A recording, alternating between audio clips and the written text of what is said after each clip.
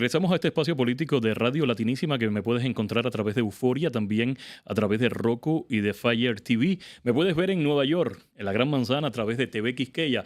Y para la República Dominicana, mi saludo para la buena gente que siempre vive al ritmo del merengue ahí en esa nación caribeña a través de la emisión nacional de Vega TV. Hoy conversando sobre la violencia política aquí en los Estados Unidos de América. Un invitado de lujo, Eric Suárez, analista político republicano, conservador, que ha estado dando una explicación en la primera parte del programa espectacular. Me queda algunas preguntas y respecto a esta parte, ¿no?, del programa donde analizamos la violencia política aquí en los Estados Unidos, me cabe, ¿no?, la duda de que si esta ola podría poner en riesgo la democracia de los Estados Unidos, Eric.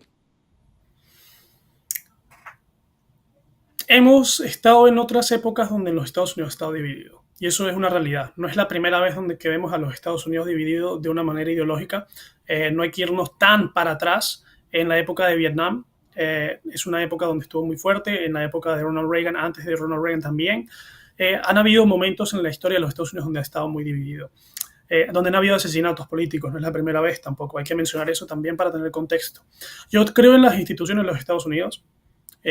Yo creo en que Estados Unidos tiene la fuerza, tiene las convicciones y tiene los valores para sobrevivir este tipo de eventos. Y creo que justamente Charlie Kirk creía en eso también.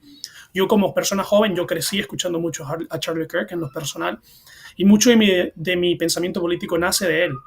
Y algo que él siempre decía es de que Estados Unidos es el mejor país del mundo, el mejor país del mundo en la historia de la civilización, justamente porque tenemos valores fundamentales, valores que son democráticos, valores de libertad, valores de libertad de expresión, que son los fundamentales. Y creo que es su muerte y su legado, lo que estamos viendo en los últimos días, es evidencia de que Estados Unidos va a seguir adelante, de que Estados Unidos puede recuperarse de esta pérdida tan dolorosa y de este ataque tan fuerte a sus valores fundamentales y que podemos seguir adelante. Yo creo que si algo nos ha enseñado Charlie es de que ahora es el momento donde hay que estar más participativos, donde hay que condenar las cosas con más fuerza y donde hay que ir a buscar el diálogo con más fuerza incluso. Creo Pero que fíjate, esas acciones son las que van a permitir que Estados Unidos siga adelante como país. pero fíjate qué interesante, ¿no? Cuando me mencionas el término valores democráticos. Ahora bien, hay muchísima polarización, no solo en la parte política del país, también en la ciudadanía común. Hay muchísima polarización. Hay comunidades latinas, por ejemplo, que son abiertamente trumpistas, como la comunidad cubana, la venezolana, la nicaragüense. Esto pondría en peligro, ¿no?, la confianza de los ciudadanos comunes con esta polarización que está viviendo la nación. ¿Estaría en riesgo la confianza de los ciudadanos comunes hacia el sistema político de los Estados Unidos, hacia los políticos en los Estados Unidos? No, yo creo que más allá del sistema político, esto ha sido una crisis, no quiero llamarlo crisis solamente limitada a los estudiantes o a la juventud, pero yo creo que es más bien un llamado de atención, más que a las instituciones que tenemos, ha sido un llamado de atención a las instituciones académicas que tenemos, a las universidades, a la juventud que está radicalizándose en esas instituciones. ¿Por qué se están radicalizando de esa manera? ¿Qué lenguaje, qué retórica es la que está entrando y siendo influenciada en las universidades para llegar al punto en el que estamos? Y creo que ese es la verdadera llamada de atención en este caso de Charlie Kirk en específico. Y, y más allá de la comunidad latina, de que hayamos republicanos, yo soy conservador, absolutamente, de que hayan latinos más tirando al ala demócrata, y creo que cada vez más somos los latinos que somos conservadores. Creo que eso es un movimiento que ni siquiera te tengo que mentir, esas son las estadísticas que están dando que los latinos están yéndose más al área conservadora. Y creo que este radicalismo, en este caso en la izquierda, lo que va a hacer es que incluso esa ala se mueva más para nuestro lado. Porque para muchos latinos, incluso mis padres que no sabían quién era Charlie Kirk hace unos días, empezaron a verlo, empezaron a escucharlo, se están dando muchos de sus discursos en español, con subtítulos en español. Y lo que me dicen muchos de ellos lo que me dicen ellos es, Mira, no estoy de acuerdo con todo lo que dice, pero realmente muchas de las cosas sí. Muchas de las cosas vienen de su fe cristiana, vienen de su amor a los Estados Unidos y muchas cosas que los latinos podemos también tenemos en común con él. Entonces, a pesar de que hay cosas específicas en las que muchos estemos en desacuerdo con Charlie Kirk, ver su muerte y ver por lo que murió, yo creo que va a hacer despertar a muchas personas de que definitivamente hay un radicalismo, hay gente que está dispuesta a matar por pensar como la mayoría de los conservadores y muchos latinos piensan. Entonces, más que destruir digamos, las instituciones de los Estados Unidos, yo creo que va a hacer que muchas más personas se adentren y quieran ser partícipes de estas mismas instituciones y que lo hagan desde una mentalidad de participar y no de violencia, sino de comprensión, de buscar los puntos en común y pelear en los puntos en desacuerdo, pero de manera pacífica y que la pelea sea de ideas y no de violencia. Quiero aportar algunos datos aquí en el espacio, porque Charlie estaba a favor del tema de las armas aquí en la ciudadanía norteamericana. Y quiero ponerte en contexto con datos. En el año 2023, casi 47,000 personas murieron por lesiones relacionadas con armas de fuego en los Estados Unidos. De esas muertes, aproximadamente el 58% fueron suicidios, el 38% homicidios, el resto fue por intervenciones policiales, accidentes o causas sin determinar. Y ojo con esta parte, es una de las partes más sensibles que voy a tocar aquí en el programa. Hemos visto muchísimos ataques dentro de escuelas de los Estados Unidos. Aún no se ha podido parar con el fenómeno de que en cualquier momento, literalmente un loco toma un arma, llega a una escuela y mueren niños inocentes, mueren personas que fueron sencillamente víctimas por estar en el momento y el lugar equivocado. ¿Qué lectura te da a ti, que eres un estudioso del fenómeno de Charlie Kirk, con este tema de las armas, que por cierto él los apoyaba? Por supuesto, y creo que el tema de las armas, más que apoyar a las armas, se apoya es al derecho de la segunda enmienda.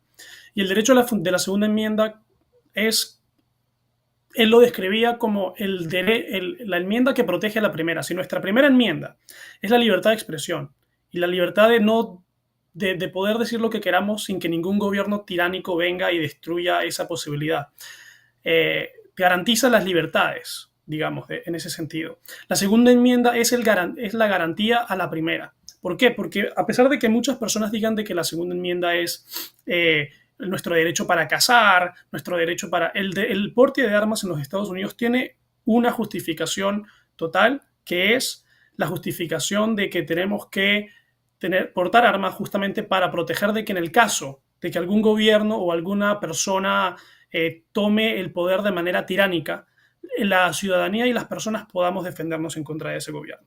Esa es la absoluta razón por la que existe la segunda enmienda. Entonces, primero, que yo siempre he sido una persona que condena a las personas que tratan de minimizar la importancia de la segunda enmienda, tanto del Partido Demócrata como del Partido Republicano. ¿A qué me refiero con minimizar? Muchas personas tratan, porque de repente ya no es tan común o de repente ya no es tan popular, decir de que, bueno, si un gobierno tiránico llega, la razón por la que existe la segunda enmienda es esa. Y lo que Charlie defendía era de que a futuro o en el caso de que empecemos a limitar la segunda enmienda, el riesgo a la muerte que se pueda ver en el caso de que Estados Unidos caiga en un gobierno tiránico como nosotros los latinos lo conocemos, como es el caso de Venezuela, como es el caso de Cuba, como es el caso de Nicaragua. La cantidad de muerte y la cantidad de destrucción y la cantidad de absolutamente muerte que pueda haber es incalculable. Y Un que país, a la un país libertad, que muchísimas personas tienen armas. Es peligroso, de verdad, enfrentarnos a un régimen totalitario o autoritario, como el de Rusia, por ejemplo, que Putin tiene un régimen autoritario, no totalitario, como el de Venezuela, el de Nicaragua y el de Cuba. Podría parar esta nación en una guerra civil, y es la realidad. Eso es un secreto a voces. sí, y la realidad es que, bueno, hablando de guerra civil, el problema que yo veo en este caso es que eh, las personas que... Ahorita en este momento, ¿por qué no estamos viendo caos y destrucción? ¿Por qué no estamos viendo de que las ciudades están siendo tomadas o no vemos saqueos masivos o no estamos viendo destrucción en las calles y violencia y todo Pero lo que no está estamos pasando. Pues viendo, alguien no murió. estamos viendo, escucha un momentico, porque es bueno también ser objetivo en lo que hablamos en este espacio. Siempre trato que esta tribuna sea bastante objetivo. No estamos viendo la destrucción que vimos, por ejemplo, en la primera administración de Donald Trump con el grupo de los Black. Black Lives Matter. Efectivamente, pero sin embargo, hemos visto con esta administración ciudades tomadas por la Guardia Nacional, persecución en contra de los migrantes.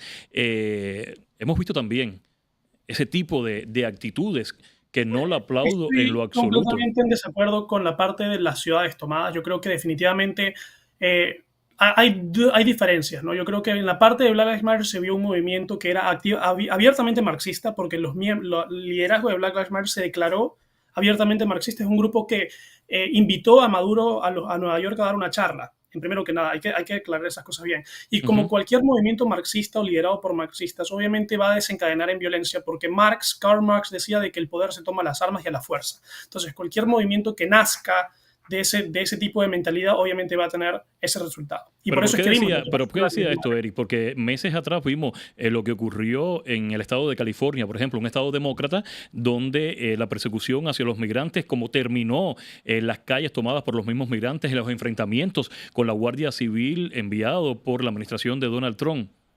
Y que bajo nuestro sistema judicial terminó siendo algo que la misma Corte Suprema designó como algo legal. Entonces hay que hacer esas distinciones también. Aquí lo que estamos viendo, y quiero hablar también del caso de las ciudades tomadas, en este caso nos estamos refiriendo a Washington, D.C. Washington, D.C., siendo la capital de los Estados Unidos y una de las ciudades más importantes de nuestra unión, era una de las ciudades más peligrosas en todos los Estados Unidos. Una ciudad donde el crimen era absolutamente rampante, donde yo he vivido en Washington, D.C. y las historias y la violencia, incluso ataques a centros. Yo trabajaba enfrente de la Casa Blanca y había un campo de personas sin hogar De que homeless, sí. lamentablemente muchos de ellos eran violentos y donde mi lugar de trabajo había sido atacado debido por la inestabilidad de estas personas, No, ¿no? yo Entonces, yo había un conozco la problema de ciudad de crisis, Washington, D.C., una yo he crisis muy estado. grande, y por eso es que también, después de todo lo que pasó, la misma alcalde de Washington, D.C. terminó dándole la razón y le permitió a Trump trabajar, y ahora están trabajando juntos junto a la Guardia Nacional, porque definitivamente la cantidad de asesinatos bajó, y la cantidad de violencia bajó, y la cantidad de todas estas cosas, de todos estos crímenes que se cometían en Washington, D.C. bajaron. Entonces, bajo ninguna circunstancia me parece adecuado comparar lo que pasó con Black Lives Matter, que fue la destrucción y la toma de ciudades de manera violenta y donde negocios que no tenían nada que ver fueron saqueados y destruidos, y las imágenes que veíamos eran de Washington, D.C. con fuego en diferentes lugares, y todo lo que pasó durante Black Lives Matter con lo que está pasando en Washington, D.C. Una de las esa manifestación causó muertes y causó destrucción, y la otra lo que causó fue justamente el efecto contrario. Entonces, hay una diferencia entre la ley y el orden y la destrucción y la anarquía. Pero bueno, Y está creo que eso es pasando, un aunque hay punto una que sí. diferencia a tu vista, ha ocurrido. Y es por eso que yo lo traigo sobre la mesa, ¿no? El tema de lo que ha pasado con el tema migratorio, por ejemplo, en la ciudad de California. Te quiero tocar un tema muy interesante que a mí me parece también de análisis, y más con una persona conservadora y republicana en este espacio, y son los medios de comunicación. Y ¿te parece que ha influido los medios de comunicación en un rol hacia la ciudadanía con el tema político aquí en los Estados Unidos? Quiero saber tu lectura. Yo creo que muchos medios de comunicación los tradicionales, definitivamente hay tendencias ideológicas. Y aquí no digo radicales, pero sí hay tendencias ideológicas. Y yo creo que más que resultado a la división, yo creo que ha causado de que las personas busquen otras alternativas como informarse. Por eso es que vimos desde el 2016 en adelante el crecimiento masivo de los podcasts, personas buscando su información directamente en Twitter, o en Instagram, más que escuchando a los medios tradicionales. Hemos visto el crecimiento de otras cadenas de noticias independientes que trabajan más que todo por Internet. Ujú. Hemos visto de que la mayoría de las personas, no solamente dentro del movimiento conservador, sino en general la juventud y muchas personas de los Estados Unidos ahora buscan su información en otras fuentes. Yo creo que esto se debe a que muchas personas se han sentido desilusionadas justamente por esta parte ideológica que viene detrás. Tanto porque aquí no lo vamos a negar, hay cadenas que son ideológicamente republicanas, llámese Fox News, como cadenas que son mucho más abiertas al Partido Absolutamente Demócrata, de llámese acuerdo contigo. CNN. Entonces yo creo que las personas justamente esa decepción y ver cómo el rol de la ideología ha manipulado muchas veces también la información, porque es una realidad de ambos lados, ha buscado fuentes más honestas, fuentes más centrales o directamente la información desde el punto de origen, porque en este momento la información que viene de redes como X o Twitter, como lo quieras llamar, vienen muchas veces de las fuentes. Yo me enteré del asesinato de Charlie Kirk fue justamente por X, más que por cualquier Y medio de... lamentablemente, ya que me estás hablando de las redes sociales y que son medios de comunicación que están a la mano de todas las personas en el planeta, lamentablemente también hay muchísima desinformación, muchísima extorsión y de verdad que es preocupante porque la gente ya consume más las redes sociales, donde cualquiera sale a hablar con una noticia sin comprobación de fuentes y han dejado de creer en los medios tradicionales de prensa. A propósito, Eric, vamos a recibir a Tony Verdugo. Gracias que se pudo conectar. Él es analista y lo voy a tener también en el espacio porque el tema de verdad de la política aquí en los Estados Unidos está bien caliente, profesor. Y yo quiero comenzar con usted con esta pregunta. Quiero que me diga si la polarización política que vemos aquí en los Estados Unidos está llegando a niveles sin precedentes en la historia moderna de esta nación. Sin duda, sin duda. Mira, esto yo creo que comenzó, en realidad, si vemos la historia, el marco fue el 2000, cuando se celebraron las elecciones presidenciales entre George W. Bush y Al Gore para la presidencia. Y estuvimos 36 días que no sabemos quién era el presidente de los Estados Unidos. Y el voto fue solamente la diferencia, 536 votos que dio la presidencia de George Bush aquí en la Florida. Después vimos lo que pasó en el 2001, desafortunadamente, con las Torres Gemelas que fueron atacadas por los terroristas musulmanes. Después vimos las elecciones del 2004, en donde los demócratas cuestionaron los resultados de esas elecciones, diciendo que John Kerry en realidad era el que había ganado y que George Bush en realidad no era presidente de los Estados Unidos. Pero bueno, eso se empezó a ver desde el 2000 también. Y entonces toda esta polémica se ha estado dividiendo. Es cuando primero en el 2000 se habla de los estados rojos, que es republicano, los estados azules. Ahí es donde yo creo que comienza de verdad la polarización estos últimos 25 años y hemos visto que ha estado escalando más y más.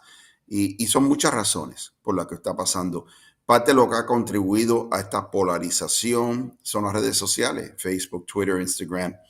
¿Por qué? Porque cada persona tiene ahora el poder, la oportunidad de estar en su propio mundo, crear su propio mundo de solamente personas con que está de acuerdo, con que tiene el mismo punto de vista. También lo vemos con el cable. Vemos que Fox News tiene una dirección cuando viene a reportar la noticia. Vemos que MSNBC definitivamente tiene una dirección completamente opuesta a Fox News. Y después tienes otros medios que tratan de ser más centristas. Eso nada más para destacar un par de ellos, pero hay muchos más en cable también. Está Newsmax, está News Nation, está CNN, etc.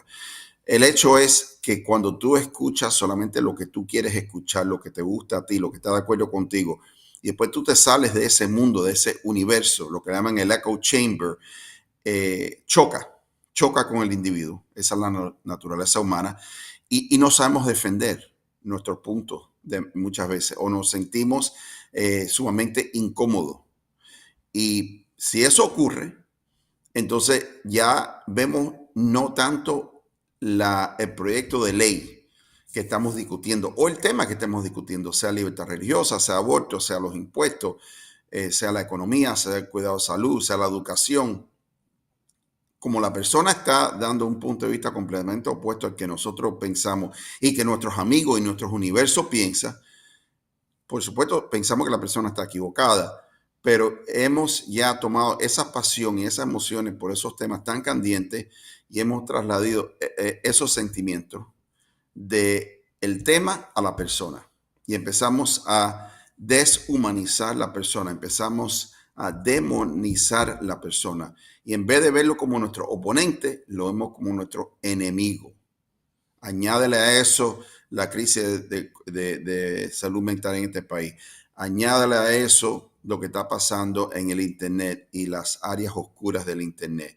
Añádale a eso de que tenemos una sociedad que ha rechazado totalmente la presencia de Dios en la cultura. Entonces, eso son una combinación letal, una combinación que no ayuda. Después tú tienes las personas en la retórica que cuando hablan al presidente Trump el otro día, fue a comer a un restaurante con su gente y había un grupo de individuos, no era uno o dos, era un grupo de individuos.